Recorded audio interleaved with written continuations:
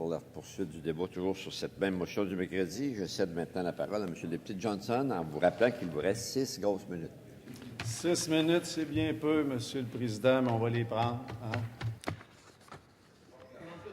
J'entends le député de Pontiac qui vient mettre les difficultés auxquelles on fait face sur le dos de la démographie. J'entends le député de Rousseau qui nous explique à quel point c'est pas si pire que ça. Dans le fond, qu'on soit les 12e sur 13 au Canada pour le revenu disponible. Je l'entends nous parler qu'on n'est pas assis sur des puits de pétrole. Après ça, j'entends le député de Laval qui nous explique toute la pléiade de mesures. Il y en a pour combien de milliards, M. le député? Vous avez dit 12 milliards et demi, vous avez expliqué.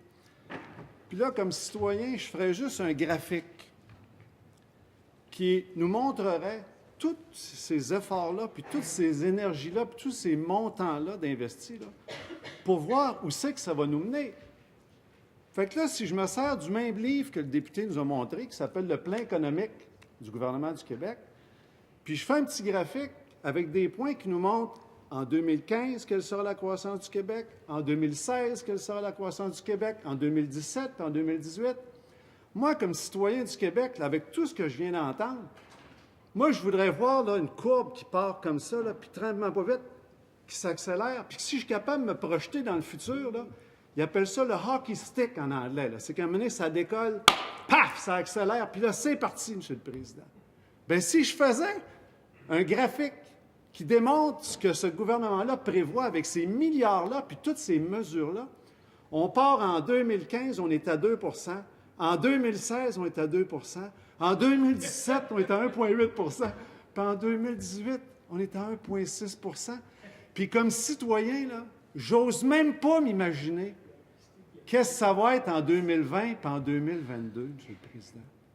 Moi, c'est ça qui me désole, puis je suis inquiet. Oubliez le politicien, moi, c'est le citoyen qui est inquiet. Parce qu'il y a une réalité qu'on a au Québec. On a une croissance anémique. Puis on peut bien dire que c'est la démographie, là. Ce gouvernement-là, il est au pouvoir au cours des 144 derniers mois, 126 mois de temps. Puis pendant l'autre 18 mois, bien là, on a eu un court passage catastrophique d'un autre parti. Puis ces deux-là se sont partagés les 45 dernières années de pouvoir au Québec.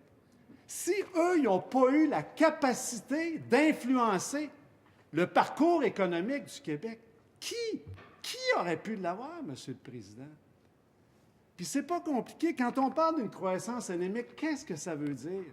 Ça veut dire que ça met en péril des services de qualité, la pérennité de services de qualité pour nos citoyens.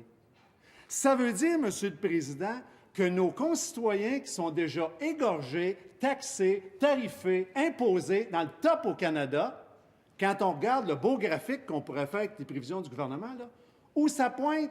Ça pointe vers la poche du contribuable.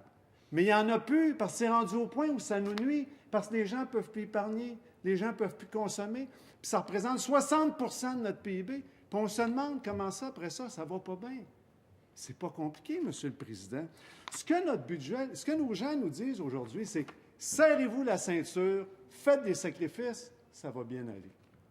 Quand on regarde le document qui nous a été fourni, qui s'appelle le plan économique, puis on regarde pour les 4 prochaines années, ce que ça nous dit, c'est que vous allez continuer à vous serrer la ceinture, vous allez continuer à faire des sacrifices, puis dans le fond, ça ne donnera pas grand-chose. Bien ça, M. le Président, ça, c'est pas acceptable. On peut pas se lever debout en chambre puis vanter tout ça. Puis c'est pas l'idée d'être partisan. L'idée, c'est de penser à nos enfants puis aux enfants de nos enfants. Qu'est-ce que ça va prendre au Québec pour repartir ça? Ça va prendre de quoi d'audacieux, M. le Président. On ne peut pas juste être sur le pilote automatique puis dire on va améliorer telle petite mesure, on va améliorer telle petite mesure. Puis dans le fond, l'an passé, on a fait 1, mais cette année, on va faire 1,1. Ou l'an passé, on a été moins 0,02 %. Cette année, si ça va bien, on va être even. On ne peut plus penser comme ça parce que nos défis, on parlait de défis démographiques, défis d'exportation, défis de productivité, c'est tous des défis qu'on a à gérer d'une façon concurrente. Le temps là, où on avait 9 travailleurs pour un retraité sur le marché au Québec, c'est fini. Là, on est à 4, puis dans 15 ans, on va être à 2. Qu'est-ce qu'on va faire pour augmenter notre productivité? Qu'est-ce qu'on va faire pour augmenter nos exportations, M. le Président? Qu'est-ce qu'on va faire? Bien, nous, à la CAQ, ce qu'on dit, là, c'est que ça prend un plan ambitieux. Il faut être ambitieux. Puis être ambitieux, qu'est-ce que ça veut dire, M. le Président? Il faut qu'on ait l'ambition de bouleverser l'ordre établi, de bouleverser ce qu'on a fait depuis des années, que ce soit en entrepreneuriat, que ce soit en innovation, que ce soit en exportation, que ce soit au niveau manufacturier, que ce soit au niveau de la productivité. Il faut qu'on ait un gouvernement qui soit capable de rassembler des gens, d'arriver avec un plan, puis de mettre en œuvre ce plan-là, qui va faire en sorte, pas qu'on va être bon, M. le Président, pas qu'on va être très bon, M. le Président, mais si on veut garantir à nos enfants qu'ils vont vivre prospères, puis d'un système juste, il va falloir qu'on soit excellent, M. le Président. Il faut qu'on se hisse parmi les meilleurs au monde. Puis ce matin, on a entendu un premier ministre qui a dit, écoutez, les prévisions qu'on fait, c'est conservateur. Bien, si c'est des prévisions conservatrices, M. le Président, je veux dire, c'est vraiment inquiétant parce que ces prévisions-là nous disent qu'on s'en va dans le mur. Imaginez ce que c'est, M. le Président. Fait que, non, je vous comprends, je vais m'arrêter, mais je peux juste dire, M. le Président, qu'on ne peut pas appuyer un gouvernement qui n'a pas de plan. Ça prend un plan, puis il faut qu'on se réveille au Québec. Bravo.